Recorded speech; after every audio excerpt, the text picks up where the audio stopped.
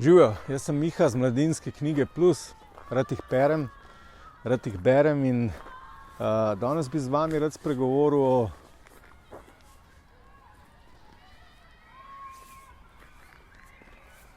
pustimo tega tipa čudnega, ampak ja, pravzaprav o tem, ne. Zakaj on to počne? On to počne zato, ker računa, da ga nihče ne vidi in v javnosti lahko marsikaj počneš, če si na nek način anonimen in a veste, da obstaja en kup literatov pa literatin, ki so anonimne, naprimer Elena Ferrante.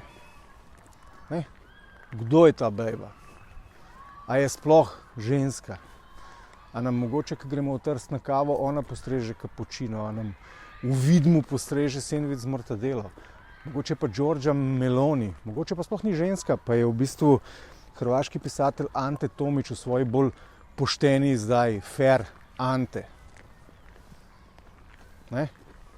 In zakaj bi sploh nekdo pisal pod psevdonimom? A ga je sram? A prihaja, ne vem, iz konzervativnega okolja, pa se boji, da bi mama zvedela, kako razmišlja? A je malo sadista, pa se smeji, ker ugotavljamo, kdo bi to lahko bil? Ne? Kaj pa če je on, gospa Ferrante?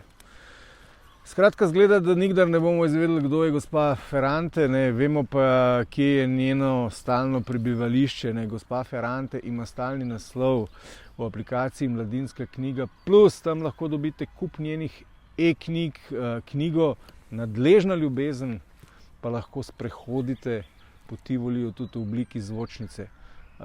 Iz dobro obveščenih virov pa sem pravkar izvedel, da v to isto aplikacijo Mladinska knjiga Plus prihajata še 2 njeni zvočnici, tako da